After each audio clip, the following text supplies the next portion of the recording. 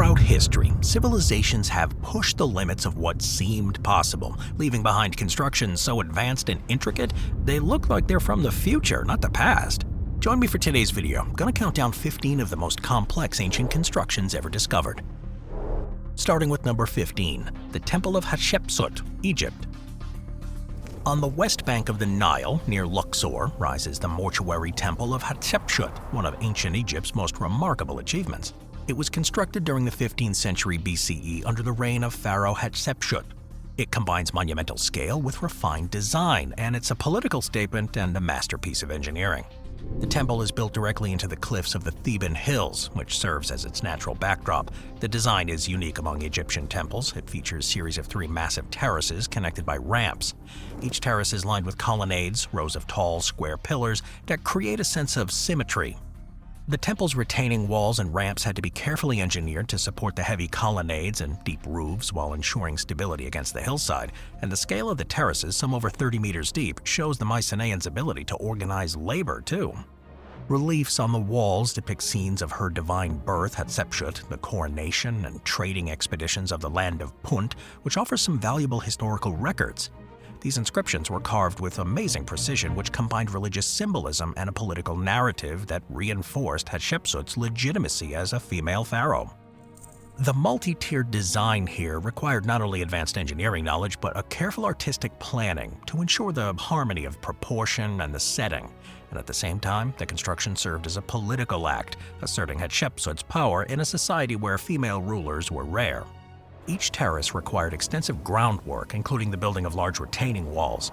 The processional ramps had to be carefully sloped to allow smooth movement during ceremonies, while the colonnades needed precise stone cutting to achieve that uniform appearance. Although later pharaohs attempted to deface or erase Hatshepsut's legacy, the temple itself had endured. Centuries of weathering and damage have affected it, but modern restoration has revealed its original brilliance. It remains one of Egypt's most visited ancient sites and an outstanding example of how architecture could blend political, religious, and engineering goals into a single project.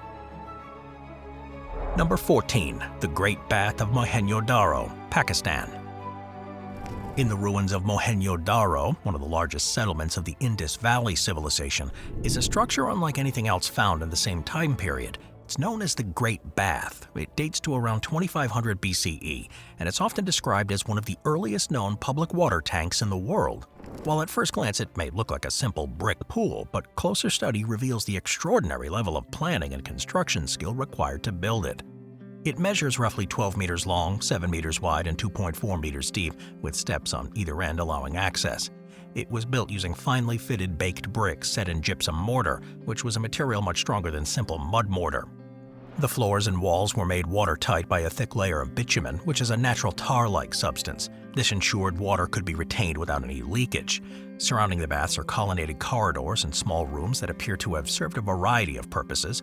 This design suggests that the bath wasn't just for hygiene, but had a ceremonial or religious role within the community, and unlike later Roman baths which were focused on leisure, this one seemed more aligned with a ritual purification. Now, what makes it pretty cool is not only that watertight construction, but the integration of it into a broader urban system. Mohenjo-Daro was notable for its grid-like street layout and advanced drainage system. Water was likely supplied to the bath through a well and drained through a carefully designed channel system that emptied into the city's drains. And that level of integration indicates that the builders were thinking beyond the structure itself. They were considering how it would function within the whole city. The use of standardized baked bricks along with the consistent building technique points to organized labor and oversight. That raises questions about how the Indus Valley civilization managed large-scale construction without leaving behind evidence of kings or dynasties.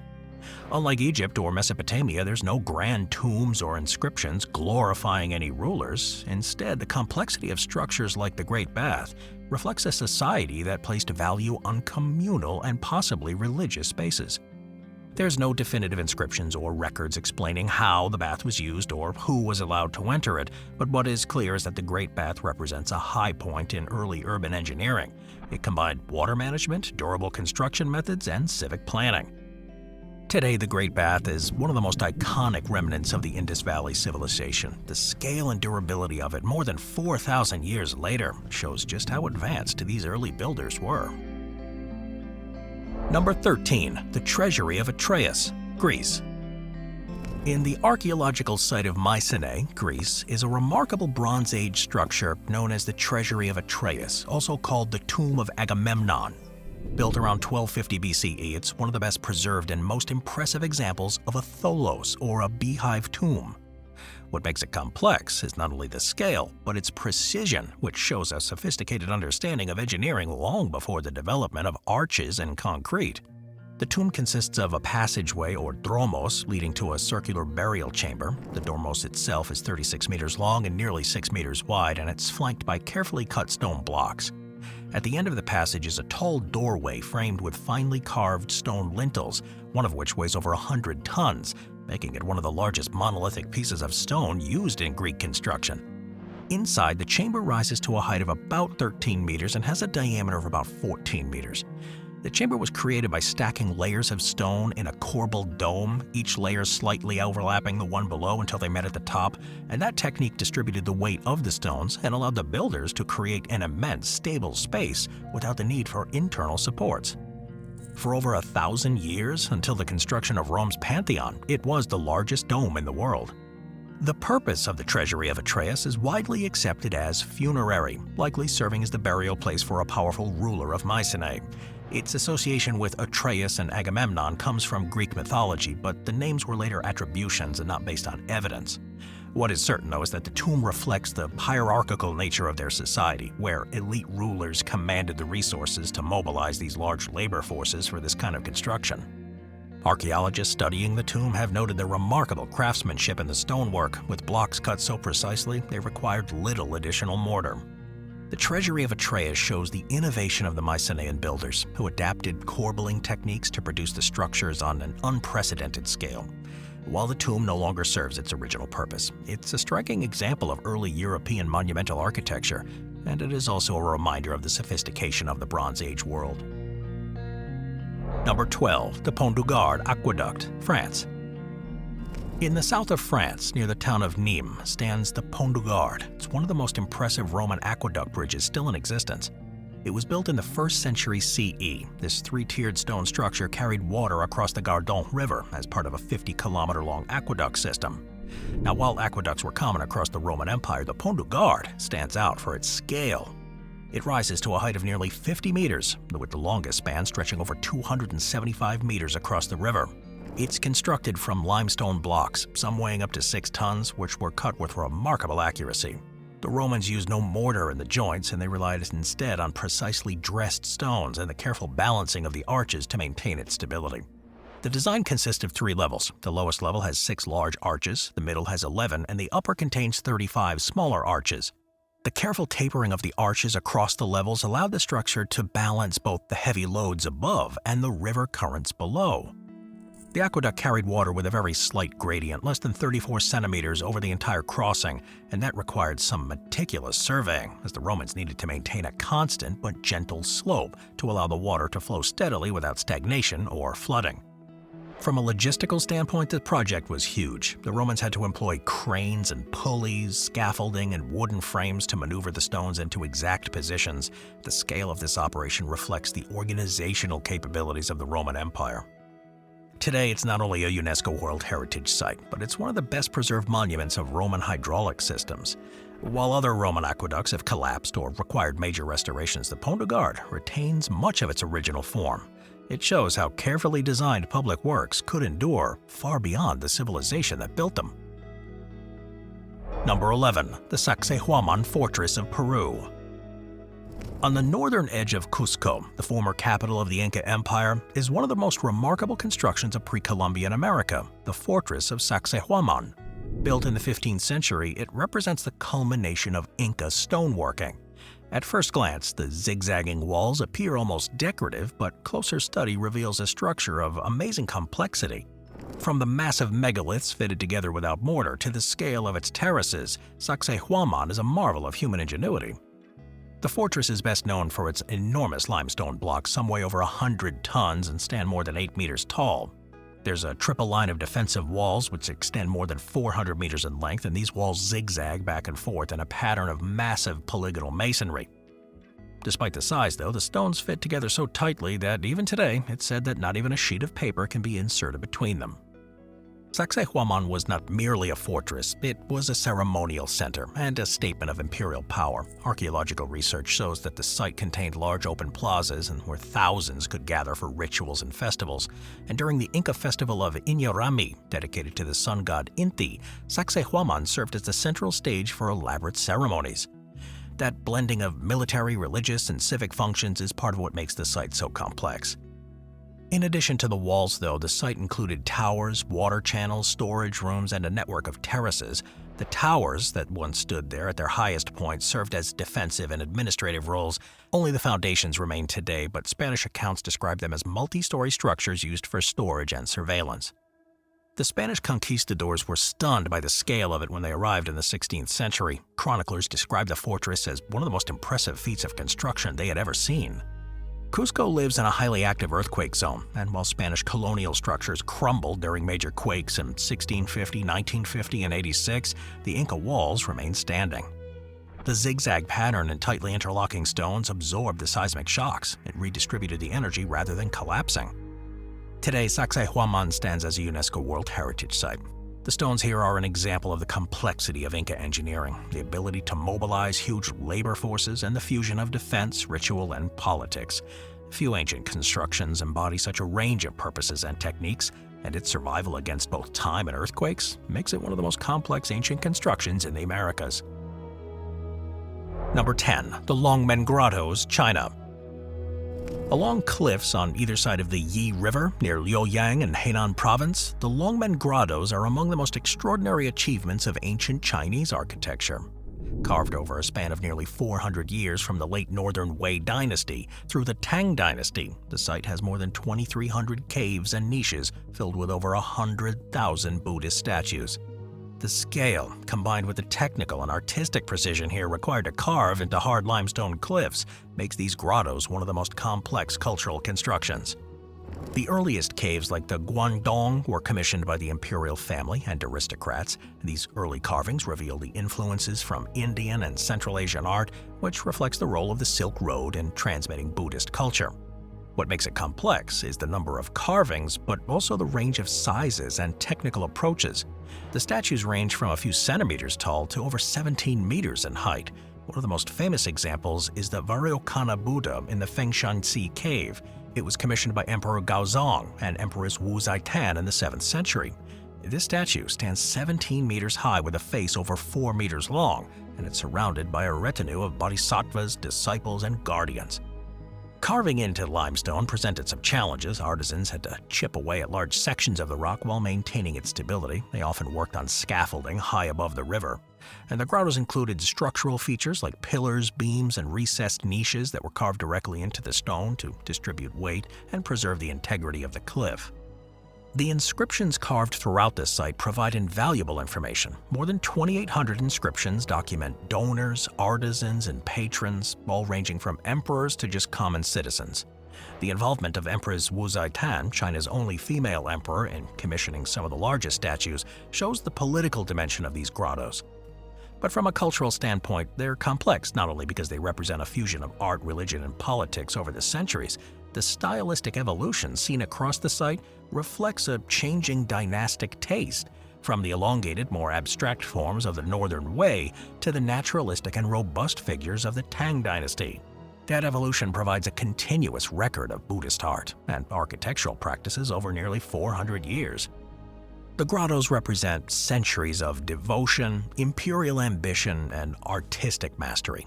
No single person or dynasty can claim full authorship. Instead, the grottos are the product of continuous collective effort.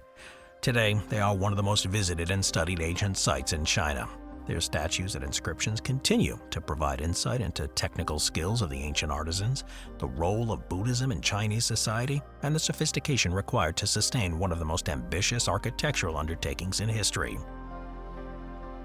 Number 9. The Borobudur Temple of Indonesia.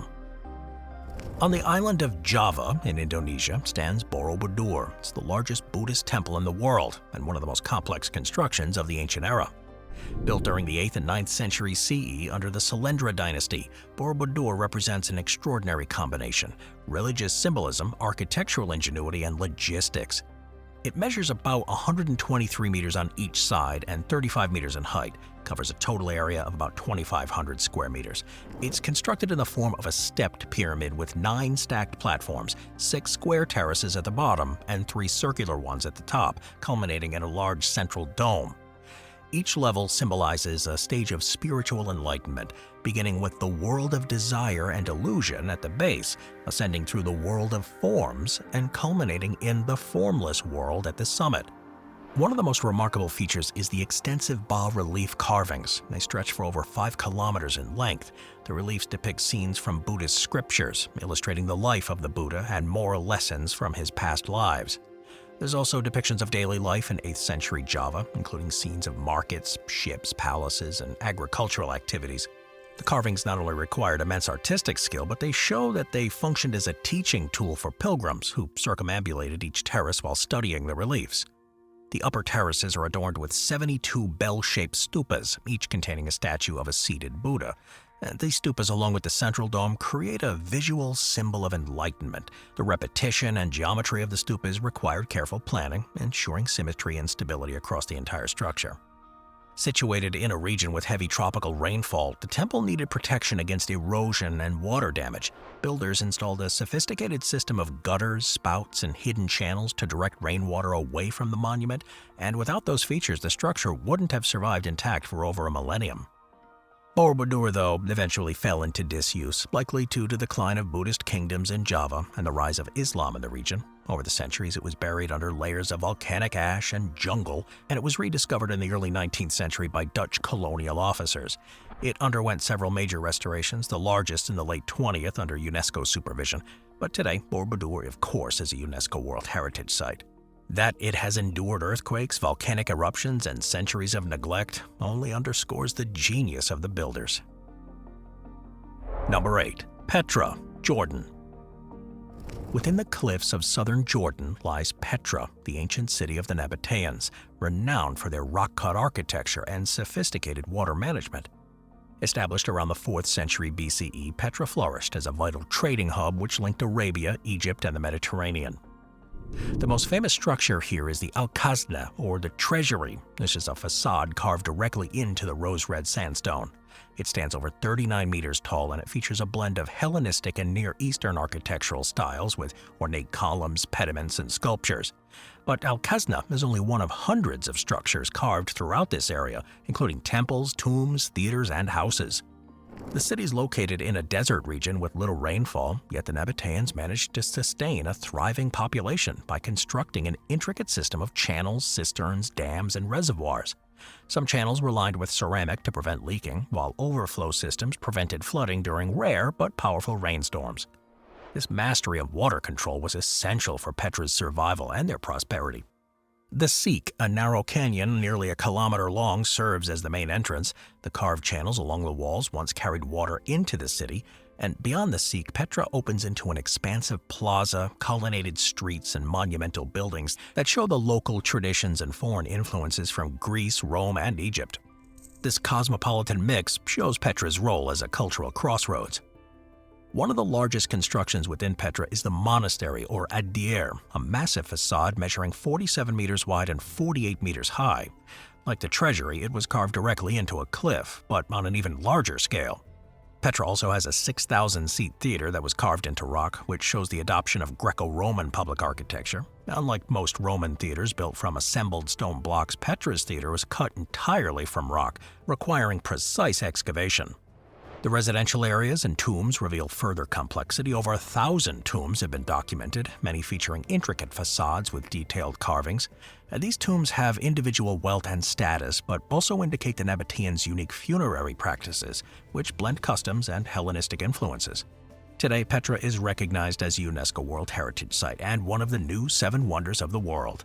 Archaeologists continue to study its water systems and urban planning, revealing new layers of complexity in how the Nabateans built and maintained their city.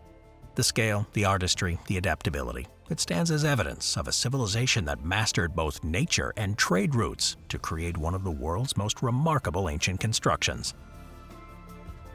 Moving on to number 7, the Temple of Karnak. In the ancient city of Thebes, modern-day Luxor, is the complex of Karnak. It's one of the largest and most complex religious constructions of the ancient world. Unlike monuments that were built within a single lifetime, Karnak grew out over more than 1,500 years, with contributions from pharaohs that spanned from the Middle Kingdom to the Ptolemaic period. This result is not a single temple, but an immense precinct composed of sanctuaries, chapels, pylons, and obelisks. At the heart of Karnak is the Temple of Amun-Ra, the chief deity of Thebes. Surrounding it are precincts dedicated to Mut and Montu, as well as shrines for other gods, and the layout reflects this religious devotion, but it also reflects centuries of political assertion as successive rulers expanded the complex. One cool feature of Karnak is the Great Hypostyle Hall. It was built during the reigns of Seti I and Ramses II in the 13th century BCE. It covers an area of about 5,000 square meters and has 134 massive columns arranged in 16 rows. The central columns, they reach 21 meters in height and they're 3.5 meters in diameter. Creating this hall required extraordinary planning. The walls and columns are covered with hieroglyphic inscriptions and reliefs, many of them carved in sunk relief to preserve the detail under the sunlight. All this complexity and precision also extends to the use of obelisks here. These tall pillars of granite, some over 20 meters high, were quarried at Aswan and transported hundreds of kilometers to Thebes. Some of them weighed over 300 tons and required advanced knowledge of engineering. Studies suggest that ramps, sledges, lubricated tracks, and river barges were all employed, but the exact technique is debated. What is clear is that placing these obelisks upright demanded meticulous planning. Beyond the construction, Karnak required ongoing maintenance. The Nile's flooding threatened foundations here, and constant renovations were necessary to preserve it.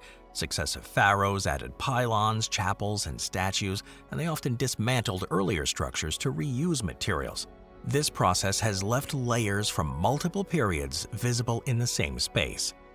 Karnak functioned as a political stage where pharaohs asserted their divine right to rule. Festivals like the Opet procession linked the temple to the authority of the state, and the scale of the construction projects here at Karnak served as demonstrations of their power, requiring thousands of laborers, skilled artisans, and huge resources mobilized over decades. Few ancient constructions rival the combination of scale and symbolic integration with both the earth and sky. Number 6. The Teotihuacan Pyramid Complex of Mexico. In the Valley of Mexico, about 50 kilometers northeast of Mexico City, lies the ruins of Teotihuacan, one of the most complex urban and architectural achievements of the ancient Americas. Teotihuacan was home to more than 100,000 people, and it made it one of the largest cities of the ancient world. The monumental pyramids, the wide avenues, and the intricate residential compounds reflect an extraordinary planning and construction skill. The most prominent structures here are the Pyramid of the Sun, the Pyramid of the Moon, and the Temple of the Feathered Serpent, Quetzalcoatl. The Pyramid of the Sun, the largest, rises 65 meters high, with the base measuring about 225 meters on each side. Its axis is oriented about 15.5 degrees east of north, thought to be aligned with the setting sun on specific dates, which were important to the agricultural calendar. The Pyramid of the Moon, smaller but equally significant, anchors the northern end of the city's central axis, known as the Avenue of the Dead. This avenue stretches for kilometers. It was the city's ceremonial spine, lined with temples, plazas, and residential compounds.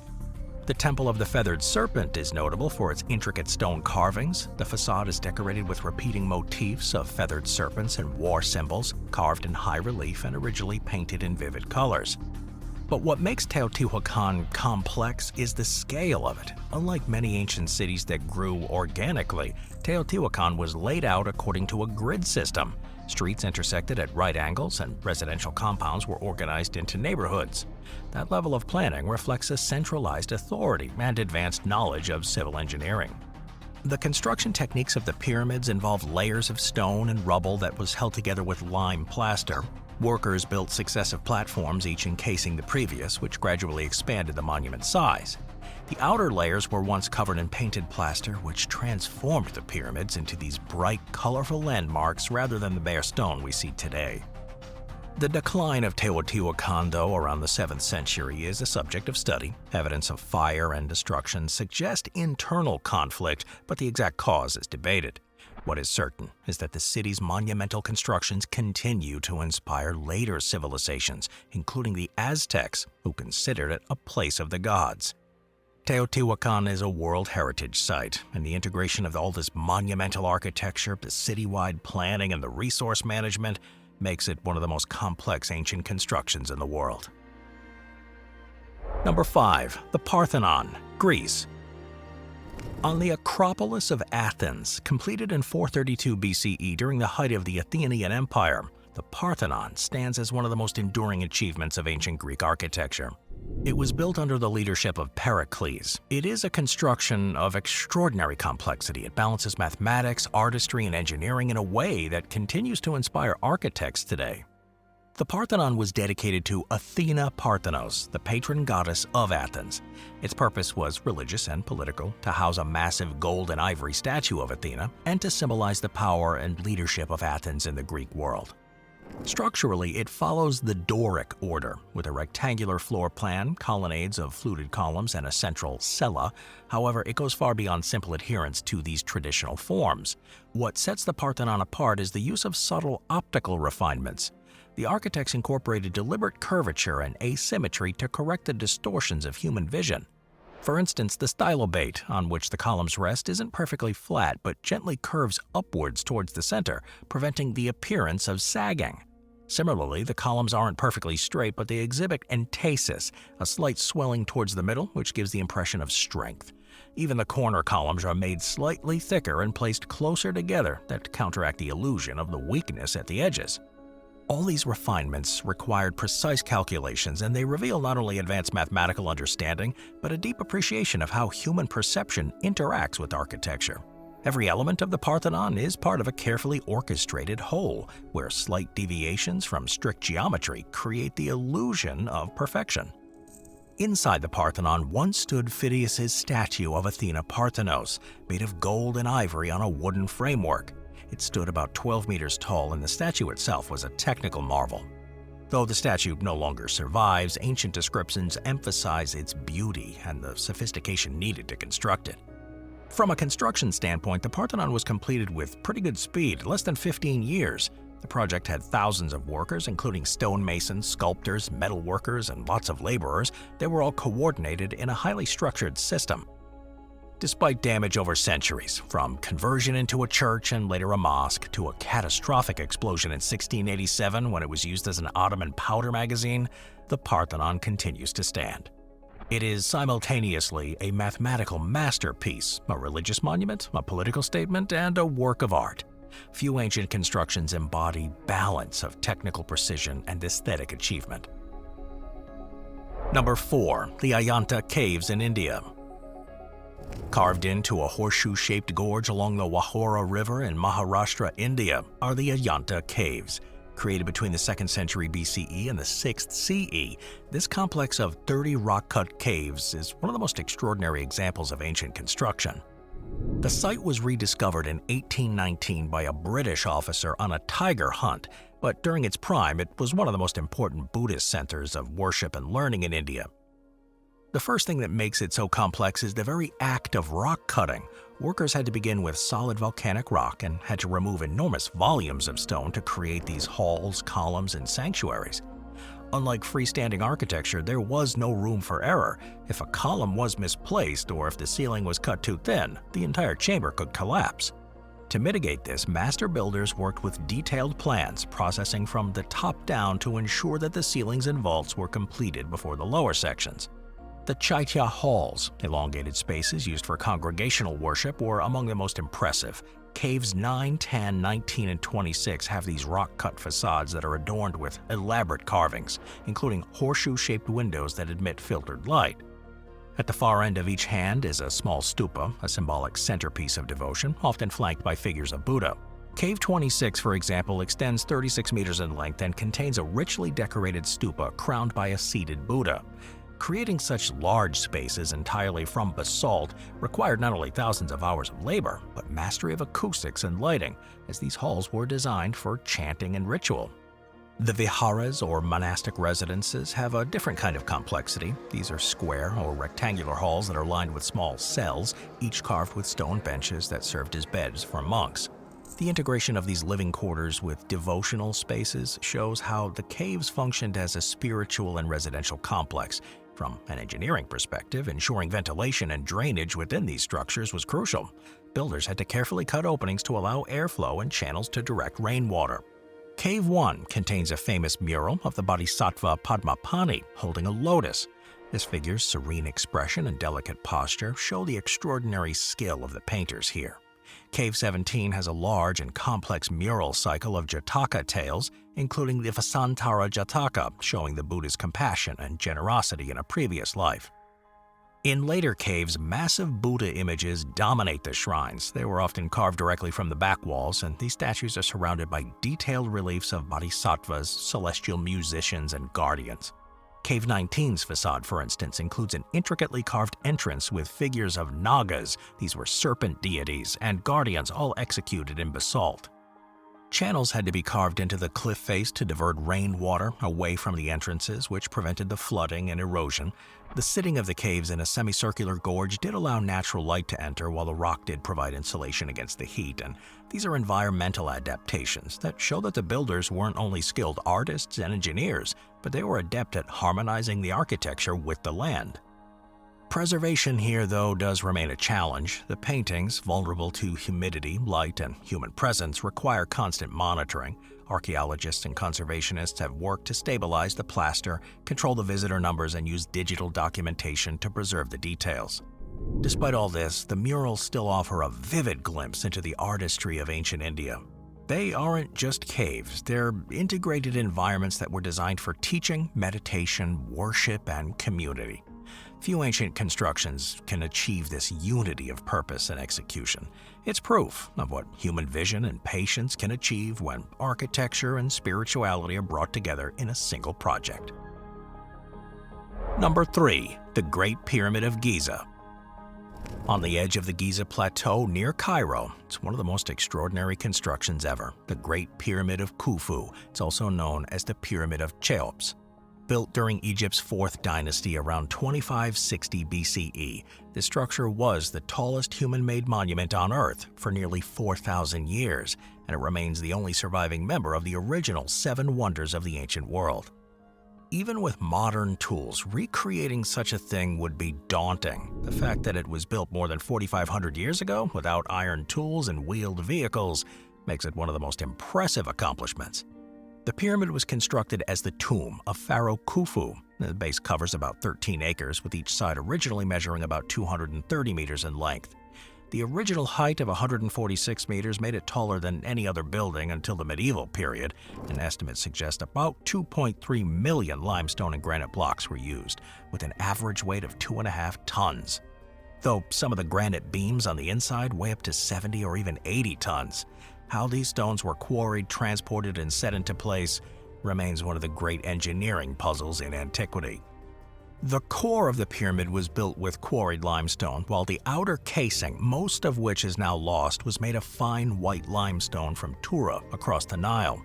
These casing stones were carefully polished to a smooth finish and fitted so precisely that the monument had to gleam brilliantly in the desert sun. At its peak, the sun striking that reflective surface would have been visible from miles away, a beacon of spiritual and political power.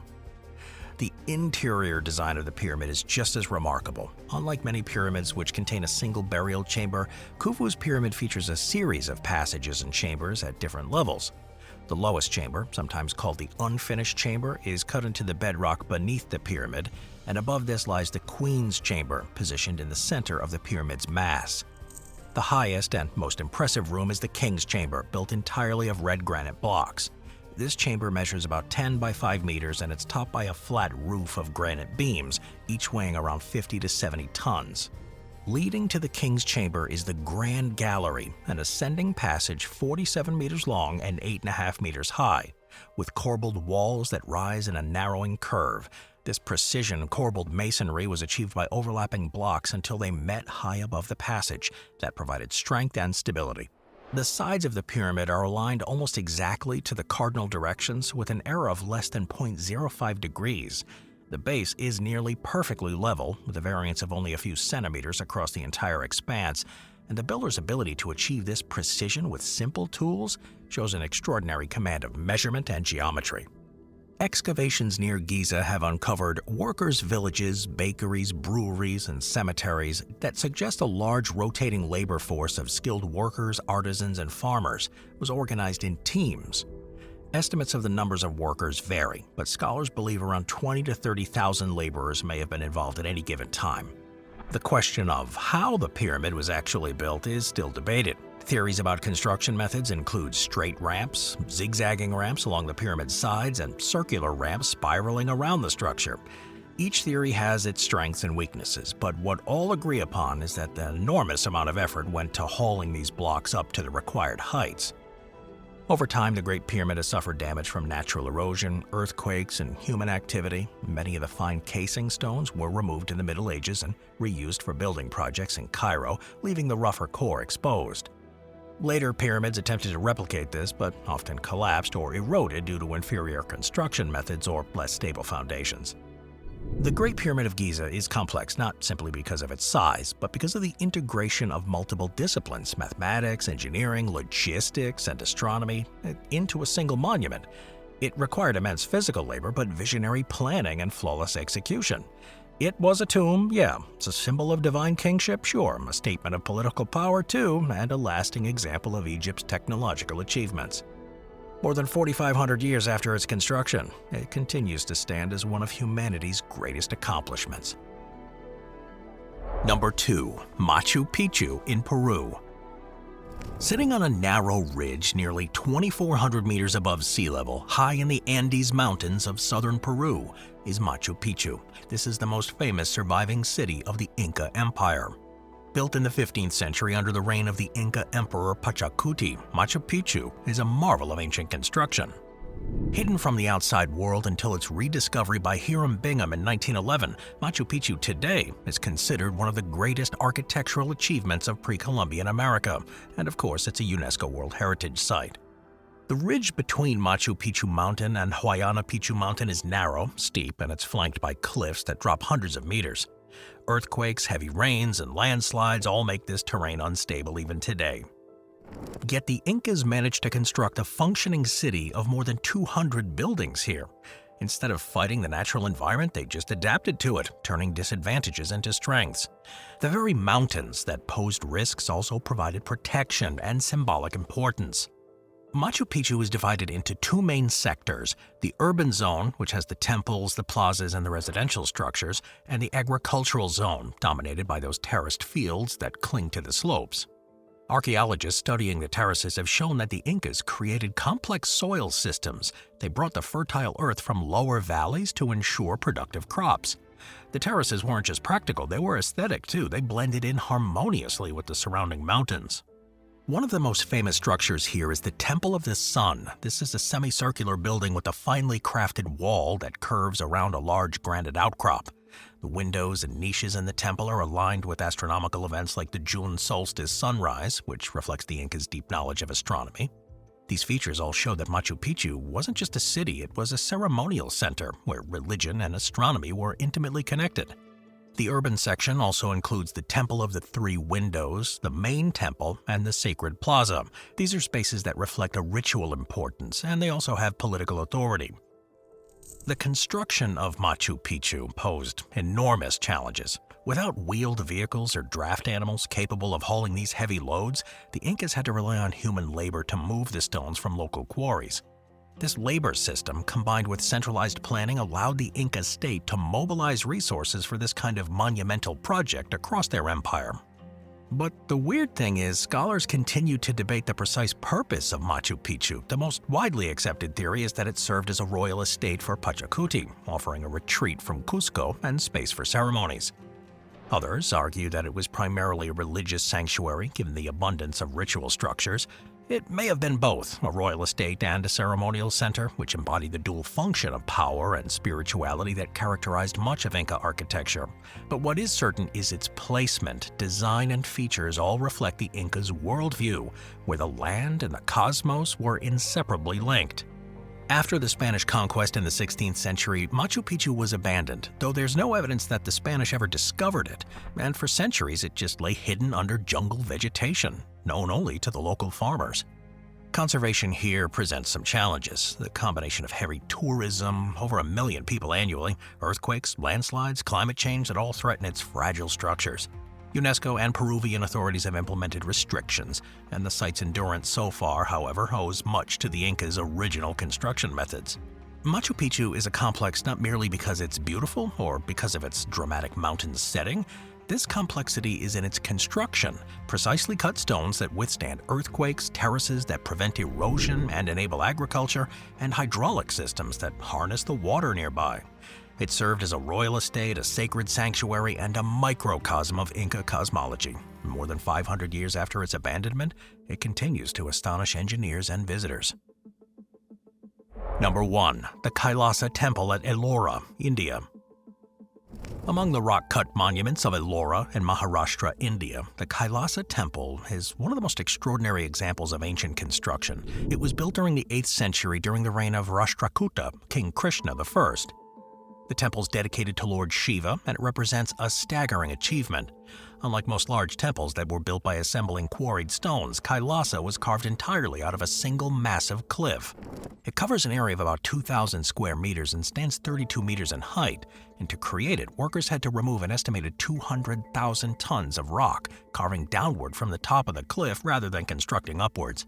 The finished temple is a freestanding structure, complete with intricately carved walls, pillars, and shrines. Surrounding the central complex are galleries, smaller shrines, and elaborate sculptures. The carvings are executed with remarkable detail, showing technical mastery. Elephants, lions, deities, and mythological scenes are rendered directly into the basalt, giving the temple a sense of structural and decorative unity. From a construction standpoint, carving downward required not only knowledge, but an extraordinary ability to visualize the final structure in 3 dimensions before the work even started. It also demanded coordination among large groups of workers, as the excavation had to be carefully staged to avoid destabilizing the entire monument. It was, and still is, a functioning temple complex. It's used for religious rituals and ceremonies, and its endurance through more than 1,000 years of history, including periods of political change and even attacks, speaks to the durability of its construction. Today, the Kailasa Temple is recognized as one of the greatest rock-cut monuments in the world. It shows not only the engineering capabilities of the Rashtrakutas, but also their commitment to creating a lasting religious and cultural legacy that was carved permanently into this living rock.